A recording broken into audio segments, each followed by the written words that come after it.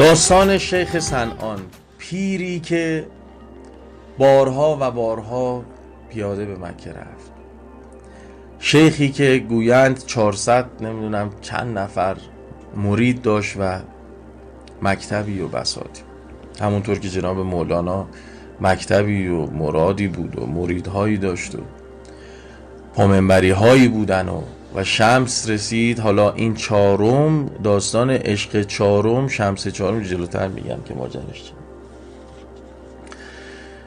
شیخ صنعان پیری بود، شیخی بود، پیرمردی بود و پیری بود در مسیر سلوک با مریدان فراوان. در خواب شیخ در منطقه طیر عطار، این داستان، خواب میبینه که در روم دختری ترسایی، و حالا در خواب دختر ترسایی رو نمیبینه، میبینه که یک بتی رو شیخ در حال بت پرستیشه، صنمی رو، بتی رو داره پرستش میکنه و از خواب میپره. برآشفته میشه این خواب رو که میبینه، تا حدی که به مریدانش میگه که پاشین بریم. من خیلی خلاصه، مختصر، مفید، سریع این رو، داستان زیبایی است، با هم همراه باشیم. شیخ پس از دیدن این خواب که در خواب در روم داره بتی رو میپرسته و درگیر این ماجرا هست، راهی روم میشه و با مریدانش رو میرن اونجا، میرسن حالا به هر ترتیب، و پس از رسیدن نوک بامی، حالا بالای تراسی، بامی یا هر چیزی، یک دختری رو میبینه و همونجا میخکوب میشه. به این ترتیب در داستان عطار نیشابوری میگه که 1 ماهی این شیخ اون پایین بود و با مریداشو، خلاصه تا این دختر ترسایی اومد پایین و گفت چی میخوای اینجا پیرمرد؟ شیخ به هم میریزه و میگه 1 ماه تو میدونی من داستان چیه، گرفتار شدم و تازه اومدی میگی چی میخوای اینجا؟ دختر یهو برآشفته میشه، میگه یعنی چیه؟ میگه خب بابا من گرفتار تو شدم. میگه گرفتار چیه پیرمرد؟ تو وقت کافور و کفنته، گرفتار چی شدی؟ خلاصه ماجرا، پیر، اون شیخ با کمالات و داستان و بساط خودش، میگه که آقا ما گرفتار شدیم و حالا سریع برم سر اصل مطلب، که دختر ترسایی به معنی مسیحی، میگه که اوکی، این بازیه که یه سری شرط داره، اگر میخوای، میبینی گرفتار شده این بابام ولکن ماجرا نیست. میگه 4 تا شرط برات میذارم، باید شراب بخوری. به شیخ مسلمان، به شیخی که با مریدان فراوان عمری در حال، خلاصه ماجرا، قرآن بسوزانی، بت بپرستی و دینت رو عوض کنی، اون وقت من برای تو میشم. شیخ برآشفته میشه و میگه نه، قرآن بسوزونی چیه؟ بت بپر، این حرفا کدومه؟ حالا شرابو یه کاریش میکنیم.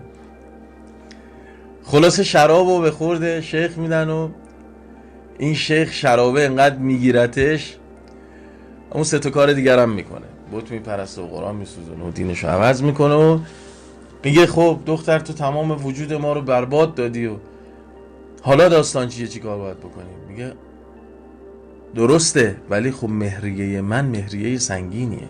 میگه این چه حرفیه؟ تو این شرطو؟ میگه همینه که هست، منو خواستی، من مال تو، مهریه‌مو باید بدی. میگه مهریت چیه؟ میگه من خوک دارم، باید خوکبان من بشی.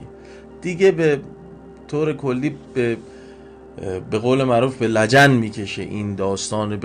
یک چند بیتی هست میگه گر مرد رهی میان خون باید رفت، از پای فتاده سرنگون باید رفت.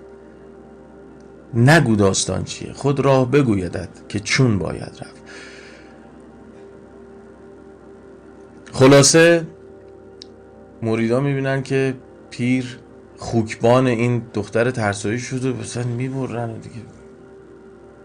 میگن چیکار کنیم؟ و شیخ میگه برید داستان منم برای همه تعریف کنید، تاکید میکنه. برمیگردن به مکه و یکی از مریدانی که خیلی سرسخت بوده، میگه چی شد شیخ ما کجاست و اینا، داستان رو تعریف هم، میگه ای خاک بر سر شما که مرید نبودید، پشت مرادتون اگر اون کارو کرد شما هم باید زنار میبستید، شما هم باید پیروی میگه همون کارا رو باید میگه. پاشین بریم اونجا. پا میشن میرن و تو راه میبینن که تو راه میخوابن و خواب میبینن که شیخ حالش خوب شده و داره میاد، اون مریده میبینه. خلاصه سریع بگم خدمتون، داستان به اینجا میرسه که شیخ وقتی که میرسن تر و تمیز، انگار که روز از نو، روزی از اول، ماجرا تنظیمات کارخونه خیلی شسته رفته، وایساده و آماده رفتن. میگه بریم من اوکی شدم، حالم خوب شده به نقطه.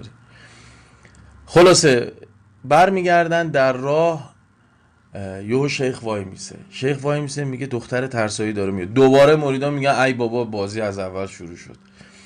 کات دختر ترسایی همون شب توی خوابش میبینه که خداوند از طریق